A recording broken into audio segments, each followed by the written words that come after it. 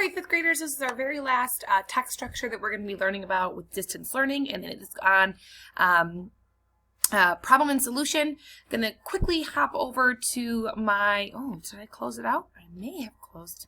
Nope, I did not. Here we go. Our anchor chart that we've been viewing on different text structures. And we are on problem and solution. And the definition of this is that the author gives information about a problem and explains one or more solutions. So problem and a solution given. Clues, a problem is solved or needs solving. Problem, solution, solve. Going to go back over here to my documents. Again, I want to remind you guys that this is very easily confused with cause and effect. So it says this structure can easily be mistaken for cause and effect paragraph. In fact, sometimes it begins with the description of the problem and its causes. The major difference is that problem and solution paragraphs include solutions to the problem presented. So cause and effect will not give you a solution, it will just give you a cause and effect. Problem and solution will say, okay, here's a problem. Here's how we're going to solve this problem, okay? Problem and solution only gives you an answer to your problem. Signal words are because, since, therefore, problem, solution, due to, and solve. I'm going to jump down to our shared class problem and solution paragraph. I'm going to read this paragraph to you and identify at least 4 different signal words. Here we go. The failure to convince children to read independently is a well-known problem. Multiple researchers have studied ways to solve this problem. Fiedelson and Goldstein offered one possible solution in their 1986 report. They recommended that teachers introduce students to a book series, several books written about the same characters. They discovered that once students find a book series they like reading, they will be motivated to read more often, including during their free time. They also gain knowledge about the world, learn story structure, and become aware of literary devices such as similes and metaphors. If students get hooked on a series, they enjoy reading during their free time and therefore choose to do it. Another solution has been offered by researchers Dorrell and Carroll. In a 1981 study, they found that several preteens and young adults who choose not to read independently were not interested in reading comic books. Overall, it appears that teachers who add several book series and comic books to their classroom library will be taking steps to encourage reluctant readers to read independently. So again, the problem here is about convincing children to read independently. And the solution, the author has given us many different solutions to these problems. Okay, one is to get students interested in a series of books, and another one is to provide comic books to the classroom libraries. So it's giving you a problem and giving you a solution to those problems.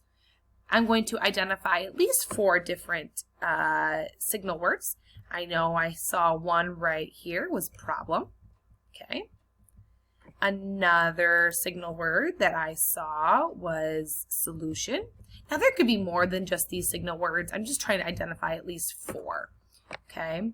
Down here I have another signal word, and that is solution. Right here, another solution. And last but not least, I found another one. Let's see. Cling, structure, and become aware of where students get hooked on a series and therefore choose to do it. I think therefore is one, right? Yes, therefore. And I have oh, goodness. Yeah. Select that. There we go. Therefore is right over here. Oh, there we go. Okay, 4 signal words identified, and I'm going to explain why this is the problem and solution text structure. This is a problem and solution text structure because it lists a problem of students not wanting to read independently, and it gives possible solutions to this problem for teachers. Okay. All right. This slide, right, number 4, I want you guys to read this passage and identify at least 4 different signal words and identify why it's a problem and solution. Last but not least, I have created a class example. I've written a problem and solution text structure.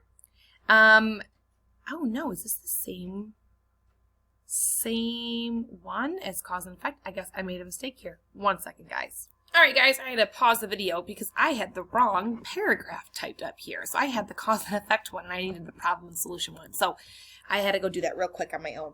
Okay, we're going to go and we are going to read my example on a problem and solution passage, and I'm going to have us identify 2 signal words that I used. Here we go. My paragraph is not indented. Mrs. Duncan, you are a hot mess this morning. Okay, there we go. One major global problem is that some endangered animals are about to become extinct. We need to work together to solve this problem. One way to stop extinction is to convince people to stop hunting these endangered animals. Instead of hunting endangered animals, hunters can shoot at targets or animals that are overpopulated. Another solution is to preserve and protect endangered animals' homes. For example, people should not cut down rainforest trees where some endangered birds live. A final solution is to educate people about endangered animals. Will you help us stop the extinction of endangered animals?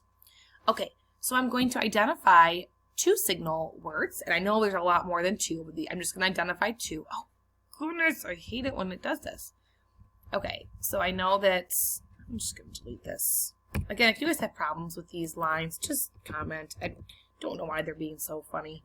All right, solution is a signal word, and so is up top here, problem. Again, I know there's more than 2, but I'm just going to identify 2. I'm going to state why this is a problem and solution. I'm going to say this is a problem and solution text structure because it discusses possible solutions to helping endangered animals. There we go. All right, on this slide right here, you guys, I need you to type at least 5 to 7 sentences on a problem and solution paragraph passage. And I would like you to use at least 3 different signal words. And then last but not least, I have your sentence that I want you to write down explaining why it is problem and solution. All right, take care, guys, and good luck.